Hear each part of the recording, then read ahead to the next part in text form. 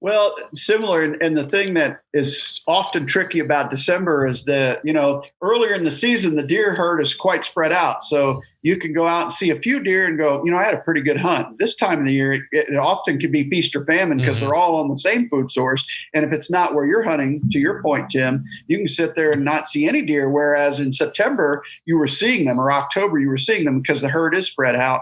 All of a sudden, Mother Nature inhales and all of them go to a food source. And if they're not bedding on you or feeding on you, chances are you're not going to see much. So this segment of DoD TV is brought to you by Leupold, American to the core.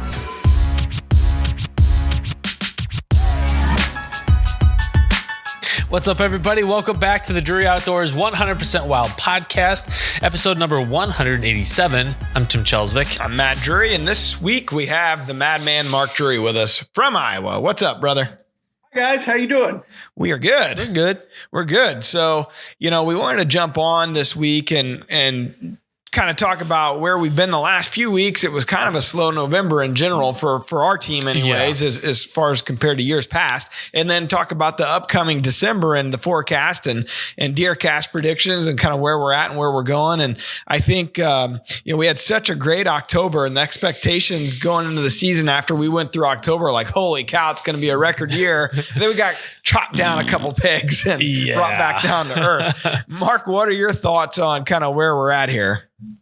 It always all ends up equaling out, doesn't it? It does. It's like there's only so many tags and so many cold fronts, and you never want to miss a cold front. And there just weren't many in the month of November, and we really didn't have, in my opinion, a great moon phase for the calendar month of November. And here we go into December, and they're calling for a well above average temperature in December. So, here we go. We always call it Bucktober. Well, this year, October was better than ever, in my opinion. And then Slowvember. But now we're into Deercember. But, is it going to be Deercember? We'll find out here over the next few weeks. We're already into the 7th or 8th day of December. And thus far, it's been okay, not great. Yeah. And, October was so awesome. And I think, myself, I killed 2 deer, and I'm thinking, oh my goodness, this might be the best season I'm ever going to have. I got 2 tags left. And then the rifle season, crickets, pass a couple deer, and a big deer get shot next to me. And then all of a sudden I'm like, okay, well, I got muzzleloader season left, and I got, I could use an archery tag for the second buck. Yeah. Well, I go over to Illinois, and I got that tag, and it was slow, and eat tag soup over there. And it's like, all of a sudden I looked at Scott on our way back from Illinois. I'm like, by God, we're going to have the same type of season we always have. 2 deer. It's getting close to mid. I can see the individual sand granules falling through the hourglass. This is one of the reasons why I get so anxious about trying to kill early, because I really struggle late season. It's hard, especially most of the places I hunt don't have a lot of food, so it's just hard to figure out that. And that's the entire game changer for this time of year. And I'm in a similar situation. The farmer on the lease this year did not plan his typical corner being up top where we, kind of really rely on that food source and usually get him to leave an acre or 2 for us. We got nothing this year other than we have a little bit of biologic clover, non-typical clover, and we got a little bit of the radishes that we planted, and we planted Final Forage, but they never let it come up. I mean, they just annihilated it because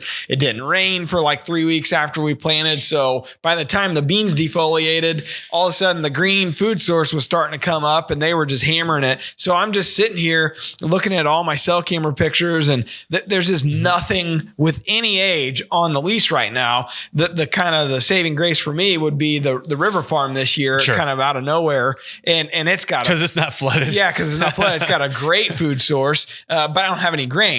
But I have just unbelievable green, Final Forage, Last Bite, radishes. So I'm hoping that these real hard frosts that we've had in the last week or two, because the mornings have been getting pretty chilly, pretty cold, down in the 20s, and we've had some pretty hard frosts in our area. I'm hoping that kind of rejuvenates what I got here on the river farm and kind of sucks some deer in. They're the only thing I'm competing with, or all the duck clubs do have grain. So it's always a give and take, but we'll see how the end of it plays out. It's just definitely a different year for me in the late season compared to the early season. Sure. Mark, how about you? What are you seeing up there? Well, similar. And the thing that is often tricky about December is that, earlier in the season, the deer herd is quite spread out. So you can go out and see a few deer and go, I had a pretty good hunt. This time of the year, it often can be feast or famine because they're all on the same food source. And if it's not where you're hunting, to your point, Tim, you can sit there and not see any deer. Whereas in September, you were seeing them, or October, you were seeing them because the herd is spread out. All of a sudden, Mother Nature inhales and all of them go to a food source. And if they're not bedding on you or feeding on you, chances are you're not going to see much. So this December, with it being warm, it won't be quite as bad or quite as condensed as it has been in previous years. They are still a little bit spread out. And we're seeing a lot of deer on acorns right now, which is very non-typical because we oftentimes have a lot of snow cover by now, and that generally covers that up. Right now, we're seeing a pile of deer just walking through the woods, feeding on acorns, and not hitting our fields till after last light. So make sure you don't overlook those acorn crops because it's still the number one preferred food for deer, and those pin oaks are dropping right now. So in an instance like we're going to have maybe a warm December, I always think kind of the saying, you guys, if it's cold, you go to grain. If it's warm, you go to green.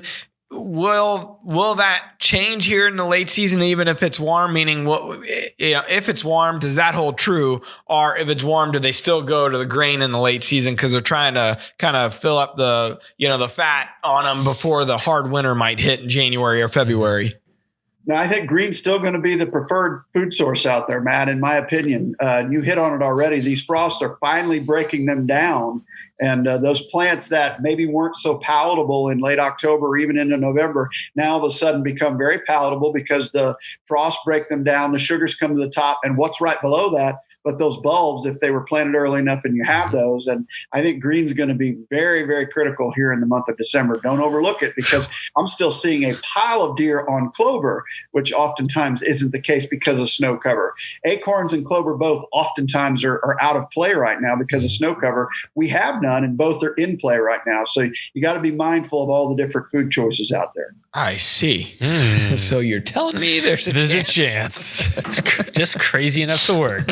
I've got a couple of friends that have some great green food sources, and they've allowed, because I'm trying to get Sophie on a buck now. She's killed her first whitetail. She got a doe back in October. She wants antlers for the wall. She's on a mission. And I mean, my little plots at my one property, there's some nocturnal activity, but there's not a whole lot going on and not a rack buck. And I'm pretty sure she's not my daughter. She had a couple of spikes in front of her this past weekend. She was like, I'm going to pass. She is not your daughter. Apparently not. If it's brown, she's going to give it a pass until something bigger comes through. Funny. But it's nice getting to spend time in the blind. I know that's kind of one of the principles this time of year. Yeah. You get a little vacation time to use, and you can go out. It's a little nicer to sit just because it's a little cozier. Yeah. Yeah. So that's our mission right now. Awesome. It is pleasant.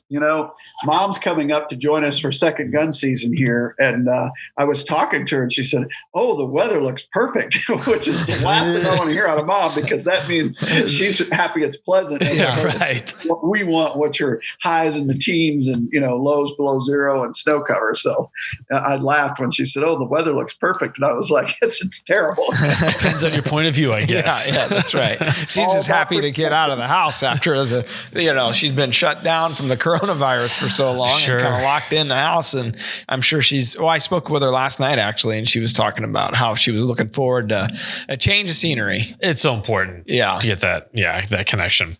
Well, we've got some of our buddies that watch the show and they've shouted us out. So we're going to shout them back. These are actual friends of yours? Because I don't know these people. You're saying I don't have friends? Well, no, I know you have at least a couple. Actually, one of them is. I got you. So Tony Cantrell sent me this text. He said, "So I've been listening to your podcast my free time for like 48 hours straight now." Loser. I was like, man, you must have been really bored. "I've absorbed endless amounts of information this week, and I wonder if it's made me a better hunter." You can keep wondering. I can pretty much tell him it has not. It could have been interpreted like a backhanded compliment. I wonder if this has ruined me. He doesn't have a question mark here. I wonder I'm if it's Ron made me a better hunter. And then we got one from Aaron Thompson. I don't know. I'm going to say boy. "Kids cuss left and right all the time. Some people are delusional if they think otherwise. Just saying." That must have been in response to you saying you got your hand slapped for letting loose with some swear words. And it wasn't even that bad, but I don't know. Aaron's on your team. I'm not getting into this one, man. I don't want to get in trouble. Aaron's pro swear. Aaron's got a potty mouth. So we appreciate when you guys leave us feedback, good, bad, or indifferent. So feel free to do that in DeerCast or YouTube or wherever you listen to the podcast. We'd love to hear that. So Mark, as you look back on the season, what are some of the, I know you had a really great start in October, obviously, as well.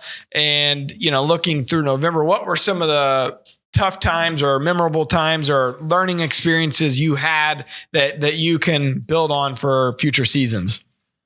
Well, I said it was probably the best October I've ever seen because it was the coldest October, and it wasn't like brutally cold with ridiculous wind. It was just below average temperatures with good wind speeds that were optimal for hunting, where it would keep your scent in a consistent manner. And the deer just moved. We had that rising moon going into the latter part of October. And Terry and I actually talked about it in our predictions back in August. We talked about, hey, if we have any cold weather in late October, it's going to be unbelievable. And we also mentioned that November could be rather slow, and it was. So even back in August, what we thought might happen actually played out and did. So, I always say don't miss any cold fronts. And that was so true this year in November, because without the cold weather, they just didn't move very well.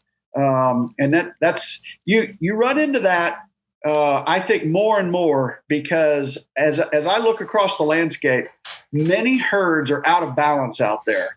There are more does than there are bucks, and that's playing against us all. EHD has left us with a herd that's out of balance and fewer deer in general. Mm-hmm. And when that occurs, those bucks don't have to look very hard to go find does. And I think the hunter mentality is, I've lost some deer, I need to leave as many does out there as we can, when in reality, we should always try to keep the herd balanced regardless of what the overall population is. Whether it's down, you still want it balanced if you want a healthy herd, because anytime things are out of balance, it's really wearing on those. You mean like this dangle don't work? Doe to doe to doe, so that makes it really, really tough. So I think that plays into these slow Novembers that we're seeing. Clearly, it was not a great weather November. And secondly, I think the overall herd is a little bit out of balance, and that plays into it. Mark, when do you suggest, so if someone's got a herd that's out of balance, way too many does, when is the best time for them to start thinning them out? Everyone that walks by. I mean, any chance you get. We entered the farm into DMAP with the Missouri Department of Conservation, to where we could actually get some additional doe permits for a block of land that's about 4,500 acres. Myself and some neighbors got together and we said, we'd love to enroll this in this pilot program. So we did work with the conservation, work with the head deer biologist to come up with a basic ratio of where we're at buck to doe through our trail photos and census, our own visual of what we're seeing out there. He then issued us X amount of permits, and we were filling those everyone that walked by, because if you don't start now, when are you going to do it? And we just agreed as a neighborhood, this is for the greater good. Let's start shooting them, and we did, and we have really worn the does out, and we're starting to see a much more balanced herd now. It's been a really fun project to partake in, and I'm really proud of everybody in the neighborhood, because everybody pitched in and we all did our part, and we said, to heck with the bucks, let's work on these does. How do you I'm always torn when I have the opportunity to take a doe if I'm still hunting a buck, because I just don't know how they're going to react if they smell blood on the ground, if they see a strobing LED from a nocturnal in the ground. Like that's always how I'm torn. And so because I rarely get out just on a doe mission. How do you think bucks respond to a doe that's been shot in the area? Does it blow your hunt? It depends on the time of the year. In October, it probably would lock them up a little bit. In November, we had several that we shot where bucks came up, pawed them, horned them, licked on them, tried to get them up. They're so, their testosterone level's so high, they didn't realize what just happened. So it really depends on what mood the buck's in. October and December, it's going to affect them because their testosterone's not high. In December, it actually attracted a few bucks. It was crazy. We had does laying dead in the field. In November. Bucks come right up to them and work them over, man. It was crazy. Yeah, in November. Yeah. In November, rather. I misspoke. Sorry. Yeah. Someone's going to come up with a dead doe decoy just for that very thing. I talked about it. I was like, maybe we need to lay our Tip it decoys over. on the side. It'd be a lot quieter and a lot easier to Easy put out. pickings. It's almost like turkey season when you shoot a gobbler and they're flopping around and all the other gobblers come over and start knocking it around a little bit. It's just crazy how it attracts them. We shot a doe, and this buck, I mean, he went over and just mauled her, and we were looking at it because we wanted to put an installment of Deer Season 20 out, and we were like, this is a little too aggressive. We actually toned it back and didn't share everything on the Facebook post that we did, but he was incredibly aggressive with her. And after about 2 or 3 minutes of doing that, pawing her and horning her and everything, he saw another doe up the lane. He went and worked a scrape, went running after her, and left that one laying there. It was Nature's beautiful. What have you done for me lately? $200 is $200. Pixelating those interactions. Putting a big black box over them. That's right. Not safe for TV. No. But I'm a little worried about December in that, we really set our farms up for this month and for these late season gun hunts. So we've got a lot of destination fields that typically are where we succeed. And this year, we're probably not going to have the success there that we've had in the past. I have a lot of cameras, a lot of cell cameras out that I check on a daily basis, and I'm just not seeing daylight activity on those destination fields like I'm used to from previous years. But in previous years, it's colder. There's a lot more snow on the ground. That's not occurring. Where I am seeing deer are on acorns and on green fields and on some of those hidey-ho killing plots that we had set up for October. That's where I'm seeing them. So it's more of a bow hunting strategy from October that we might employ here during December. Now, we've got a cold front that's supposed to usher in here Saturday, Sunday, Monday for the Iowa second shotgun. Terry, Taylor, Gary will be in hunting. So we're going to start out on those destination fields and hope for the best because we do have a decent cold front that's hitting. But even that one, it's a 12, 15 degree drop in temperature, but it's only taking it to the average high of the time, or of that time frame. So while it's a cold front, it's still not a cold front that we're used to. It's only getting it down to average, but still with the warm air preceding it, I think it'll be okay. As you looked at the DeerCast kind of predictions along the way since November, really, I mean, we've not had a lot of greats. And, we've taken a little bit of heat about it, but it's factoring in, the average high is one of the factors, the average daily high. And it's just not been great the past month, really. There's not been a lot of opportunities to where the temperatures are where they need to be.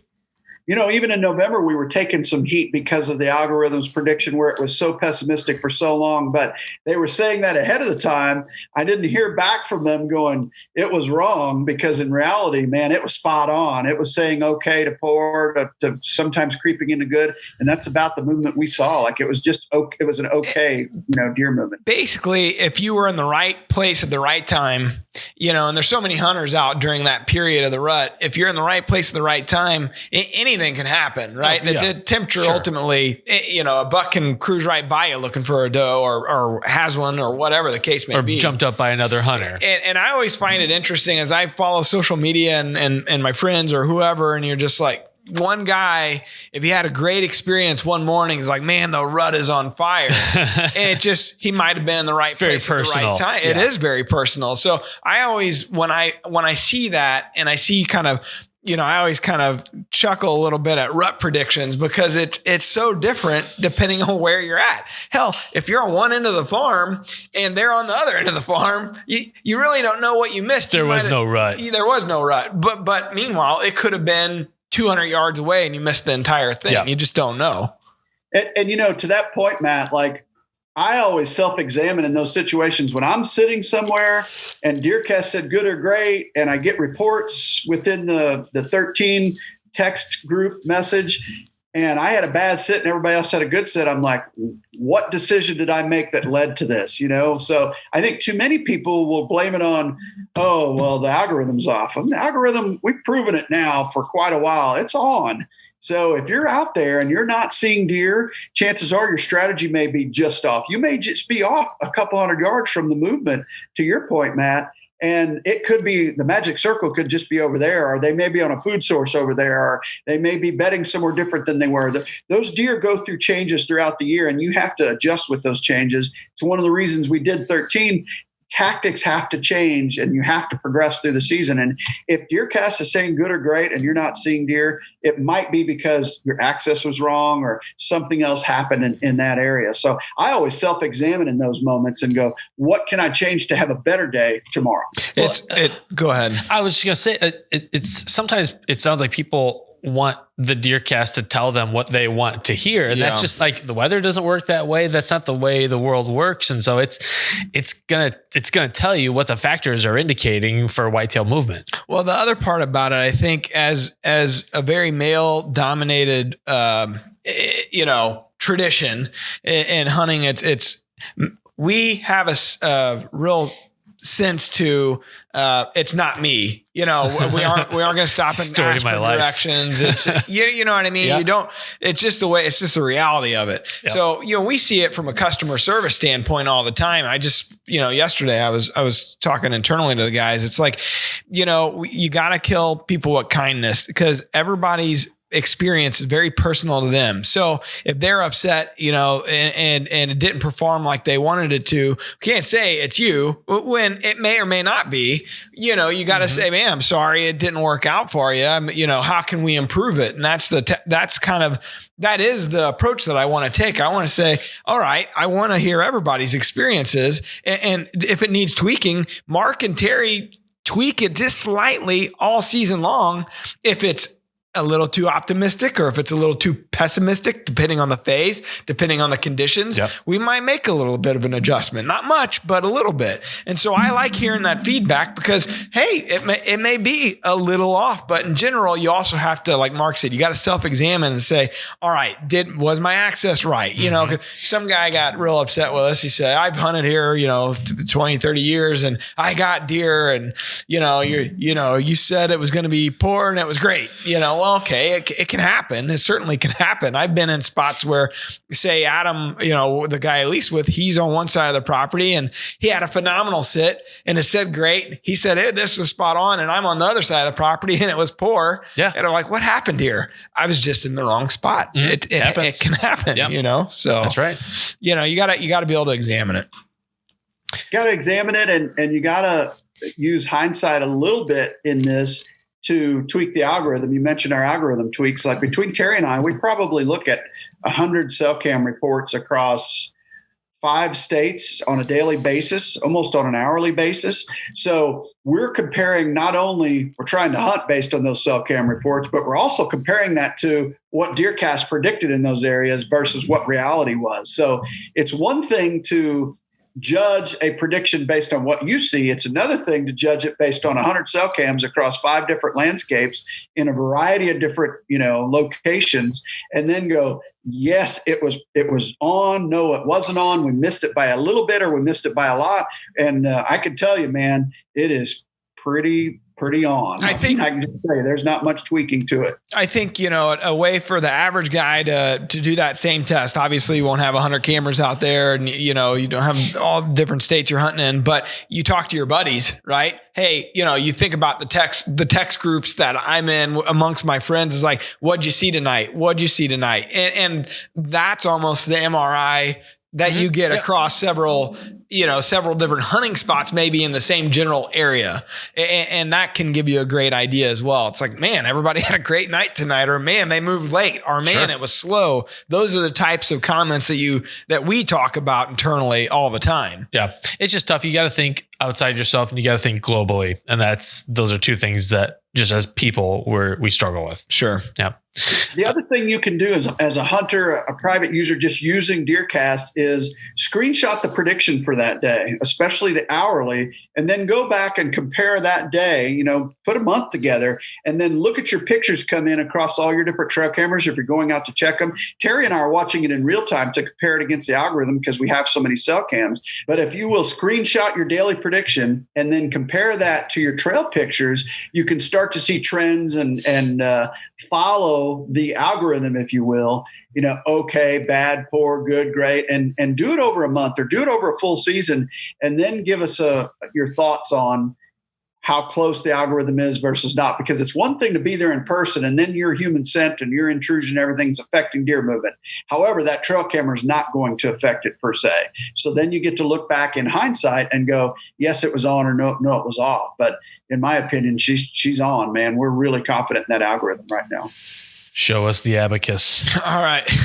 I don't know. Mark probably doesn't watch the podcast, but at one podcast, Tim and I talked about there being some levers and DeerCast abacus, where you go back there and make all the tweaks. Yeah, that's right. Kind of like Wizard of Oz, the guy behind yes, the curtain. The wizard. Oh yeah, that was the Wizard of Oz. That's right. All right. Who was that guy? So let's move on to the question of the day today. How about it? Yeah, let's do that. All right. So the question of the day is proudly brought to you by Victory Archery, the carbon arrow experts. Steve Chesnick from Ohio. Do you believe that there is actually a third rut?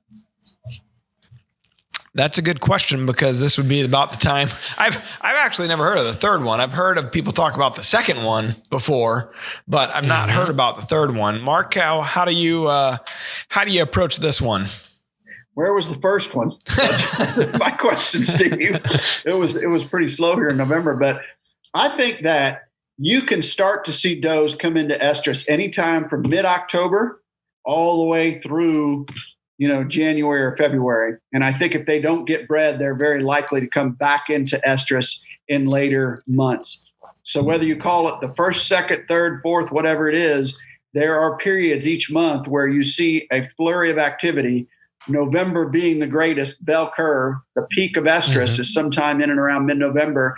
You also start to see a few bucks messing with some does in December. I've seen that here just the last few days.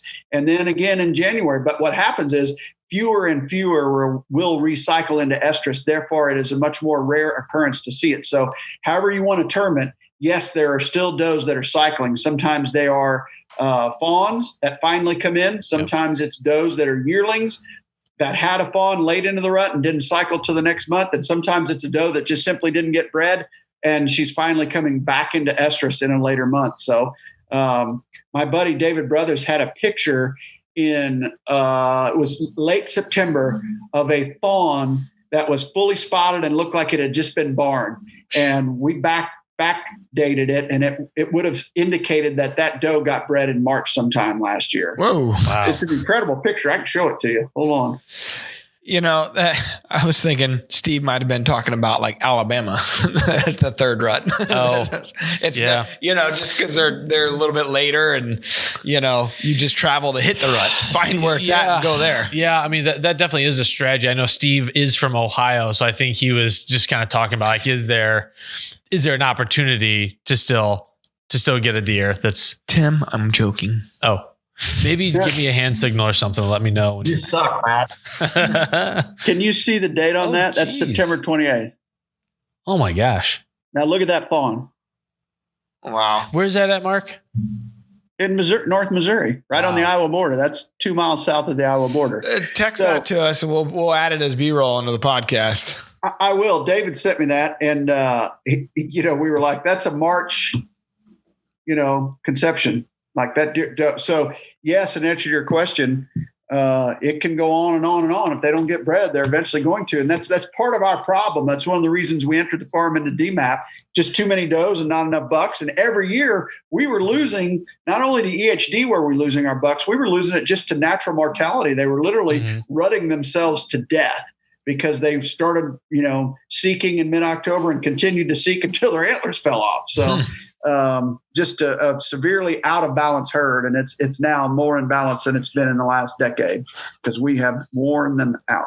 I wonder if you get to the end, of like, are there does that go unbred? Are there available does that ever go unbred? I would assume there are. I would say if you got a really out of whack population, and you know what I mean? Like I think about like my lease right now. There are very few bucks running around on it right now. But there's tons of does. And even during the rut, I only had a handful of bucks that were on it. I mean, I wonder how do the younger bucks, I mean, I guess they breed them as well, Sure. Sure, they do. Yeah. Absolutely. Yeah. They all participate in the rut. Whether the doe will stand for them or not, but most does will. If there's not another buck or suitor out there, they'll stand for them. So then you have to look at it and go, okay, am I doing myself any good here? It's the same thing we said as a neighborhood. We were like, this is horrible. Our antler quality was suffering because of it. Our body weights have shrunk. It's too many bass in the pond, and they all end up the same size or dead. And that's why we entered the farm in a DMAP, and it's why we've taken so many does. Fishing tips with Mark Drury. There you go. Absolutely. It's a whole new day for us. Well, how about we hop into the Wildlife Word segment? It's brought to you by Hunter Specialties, makers of the comprehensive Scent Away line of scent elimination products. And it's a multiple choice. Ooh, prepare yourselves. All right, let's do it. The oval shape of a whitetail's pupil makes it difficult for them to detect movement where? A, below the horizon, B, above the horizon, or C, directly in front of them? Mark. I would have said directly behind them. So I don't know. I was thinking it was going to be directly behind, I'm going to go with... but that's not one of the options. Bending the rules, Mark. What was a Terry answer? Let's make a long All the story answers short. are wrong. I'm going to go with directly in front of them. It is above the horizon. So above, which is why you can get away with more movement out of a tree stand. And just by the way the physiology of their pupils, they pick up on movement very well, kind of below the horizon, like in the plane around them. Because you think that's where most of their predators are. Yeah. But something up in the tree, not so much. No, I know. Which is interesting for me because I always kind of thought that they just don't expect something to be up in a tree and to be a predatory up there. Yeah. But it's really physiological. They just actually can't see very well. They can't detect movement that's above their heads. So that's why when they catch you, they're going up and down and up and down and up trying to and get down. different angles on you. Yeah. Yep, to make you. I Which see. I've seen that before. Oh, Get it? that's a joke. I'm going to make a note there. So that's the wildlife word. You're welcome. Thank you, Tim. Thank you, Mark. Oh, yeah. So we should say that if you want to leave us a question of the day, be on the show, be relatively famous, just click the link in the show notes and click the send voicemail button and leave your name, location, and your brief question. Hit the ground running, baby. Yeah, just like Mr. Chesnick did. Old Steve. All right. Well, Mark, anything else to add before we hang up here? Everybody enjoy these last few weeks. Before long, we're all going to be sitting at home going, man, It the flew season's by. over. Then we start prepping for next. So enjoy every minute while you're still out there, while you're still legal to be out there. All right. I've got my Ryan Kirby Boss Gobbler shirt on underneath this because I'm getting ready. anxious about turkey season. You're probably not, Can't live in the moment. probably not used to not having a buck tag left. It's at this so point in the nice. year. It's so $3 in one season. I'm a happy boy. That's right. 2020 yeah. wasn't all that bad. No. As far as my deer hunting. All right. Thanks for watching, everyone. Till next time. Peace out. We're adding new videos every week, so make sure to click that subscribe button and check out all of our amazing content. This episode of DoD TV was brought to you by Bass Pro Shops and Cabela's.